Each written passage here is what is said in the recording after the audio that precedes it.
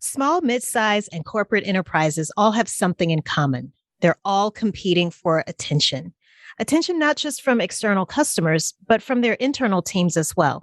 Hi, I'm Alicia Butler-Pierre. Implementing a culture of continuous improvement and operational excellence can often fall on deaf ears. As leaders and entrepreneurs, we're challenged to figure out unique and creative ways to improve operations. And visual aids can be incredibly effective in this regard. You're about to hear from a COO with a humorous take on how he and his team work together to align their company's growth goals with the operational tactics required to meet demand. As he says, if you make it grow, I'll make it go. This is season 13, episode 167. Let's start the show. Welcome to Business Infrastructure, the podcast about curing back office blues of fast-growing businesses. If you're a business owner or operator looking for practical tips and solutions to scaling your business in a sustainable manner, you're in the right place. Now here's your hostess, Alicia Butler-Pierre. Having a tough time trying to explain ideas over a video conference? Try the Think Smart Whiteboard. It's the fastest whiteboard software in the world and allows you to upload flowcharts and write on them while your colleagues are watching remotely. Call us today for a free demo. The number is 1-866-584-6804 or visit us online at getmytablet.com. Now that's smart. Think smart. We're close to wrapping up season 13, and what a phenomenal experience it's been. As a reminder, our focus is on operational excellence, and I must say, I love chief operating officers. That's why I'm so excited that Gary Nickol is joining us today in Mooresville, North Carolina. He's the COO of PSS. A 25-year-old company specializing in providing visual learning products that connects educators and students. Gary, you like that intro? That was perfect. There was a few acronyms in there as well. It was great. Just a few. But I'm so excited. And as I mentioned to you before we started recording, I definitely wanted you on here completely for selfish reasons. So I'm really glad we were able to make this happen. How are you? I'm doing well.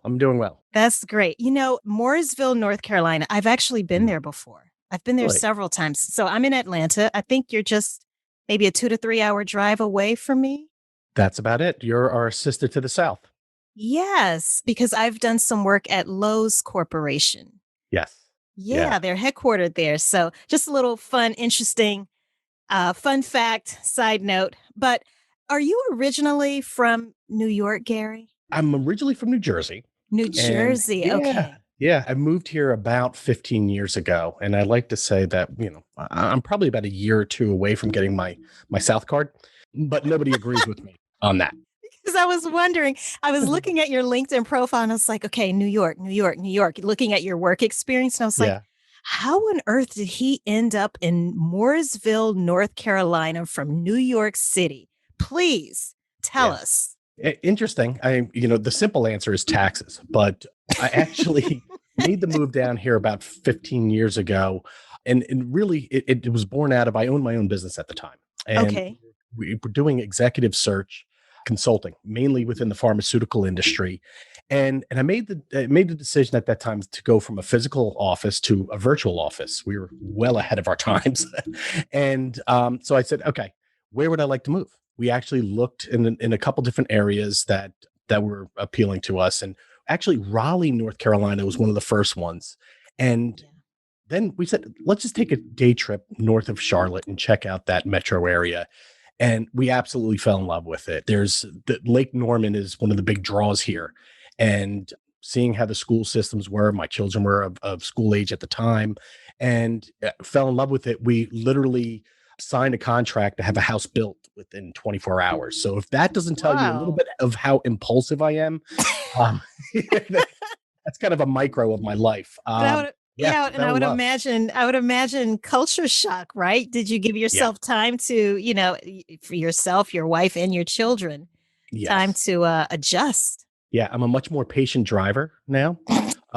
than I once was.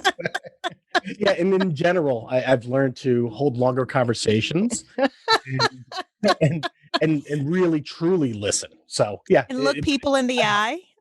and look them in the eye. Yes, and I know when somebody says "bless your heart," it's not always a good thing to me.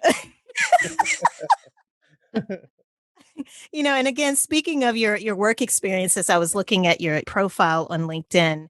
I noticed that at one point you were an IT business manager at a Best Buy in North Carolina, because I thought that was what originally maybe Mm, led to your relocation. But as you mentioned, it was your business, the business yes. that you own. But tell us a little bit more about what you were doing at Best Buy.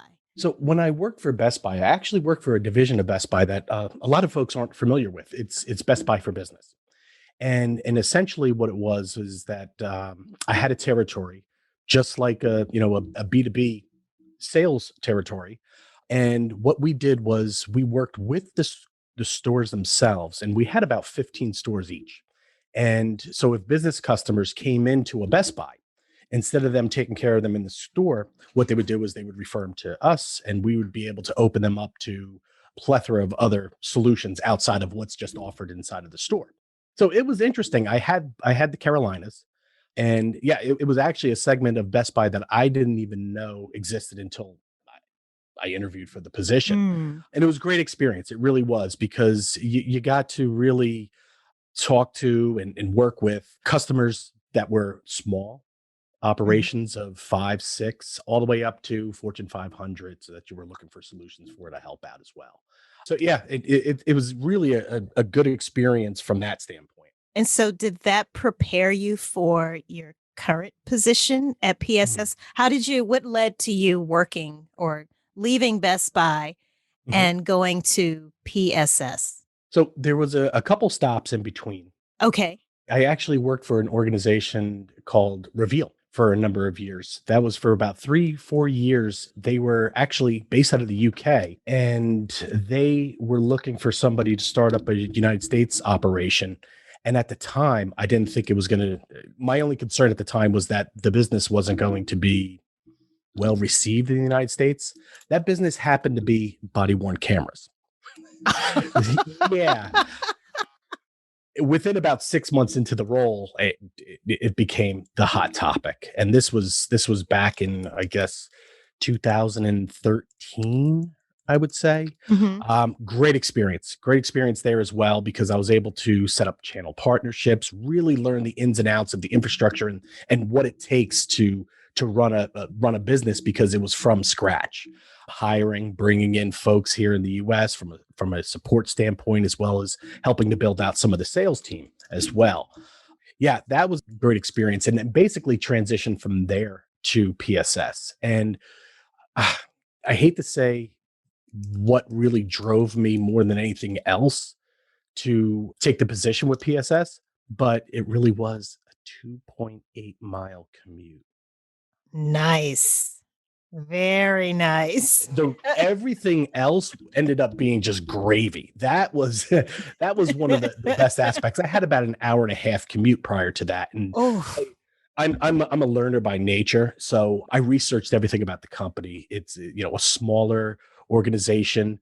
It was a couple who started the company about 25 years ago out of necessity, meaning that the original owner was out of work, and they basically bootstrapped this, just the two of them, and built it into a successful business, catering to the education market regionally within the Carolinas, southeast, down to Florida.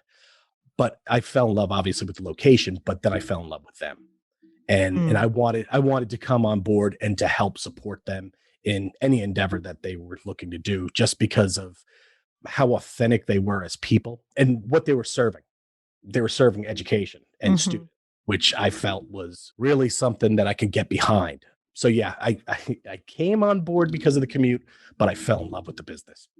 And tell us more about the business itself. Mhm. Well, first, what does PSS stand for? Because I searched Yes. all over the website trying to figure it out, and I started coming up with terms in my head, but I was like, Yeah. no, that probably isn't it. But what does it stand for? So it's probably not as meaningful as what we could come up with as a make believe, but it was Presentation Systems South was the name of the company. Yeah, I would have never guessed that. Yeah. See, now, and then about a year and a half ago, we've actually changed ownerships. They're both in their 70s, so it was time to move on. And we're taking this and we're looking to scale the business from a national standpoint. And PSS obviously is a little bit easier to scale across the country than just having the regional South aspect of it. So we've shortened that, just like AT&T and MTV, and it's just made it a little bit more simple. So we've even thought about, okay, so what can we make PSS be? Now, PSS, I guess, is just PSS, and we as the company and the culture will create and make what PSS is. Yeah. And so please tell us more about what you all do, because not only do you have, it sounds like you have a combination of goods as well as services that you all are providing. Is that true? Absolutely. So what we do is our whole mission here as a company is to create meaningful and effective learning experiences for students. How we're helping to solve that today is with our solution that is, as you mentioned, a combination of physical equipment, which is like a wide format poster printer, so that you can print out posters, hang them on the wall, have that visual connection for whatever you're trying to teach, whether it is mathematics, science, whether it's social, emotional learning, motivational posters, things of that nature that really soak into the long-term memory. Or our other part of that physical solution is our magic cutter. So you could take any of this and you can cut out designs and you can make manipulatives for the students, turning 2D into 3D.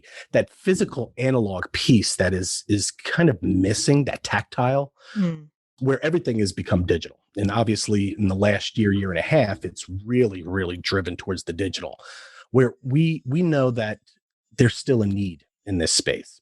So that's the physical side of our solution. Now, on the other end of that, what we really work hard towards is the content. And that content is really where we have an impact to be able to make an impact on a student's life. We know visual learning itself seeps into the long term, where if it's audible, if it's something that we're saying, it's all short term. And if we're lucky, 60 to 70% of that is retained. And that's at the adult level. When you're talking about a child, a second grader, or even a high schooler, if 30, 40% of that verbal altercation is received, that's a success. I know. It was just starting to get good, right? Well, there's more where that came from. To listen to the full interview, be sure to click the link in the description box below.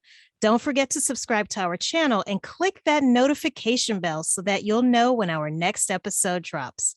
Until then, keep operating smoothly. Join us next week for another episode of Business Infrastructure with Alicia Butler-Pierre.